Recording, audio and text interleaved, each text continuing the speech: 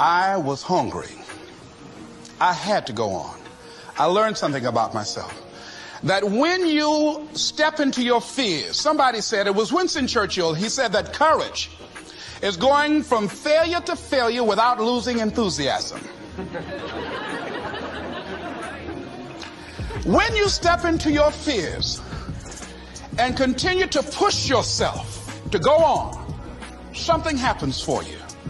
It will enable you to transcend yourself. I went to the next door.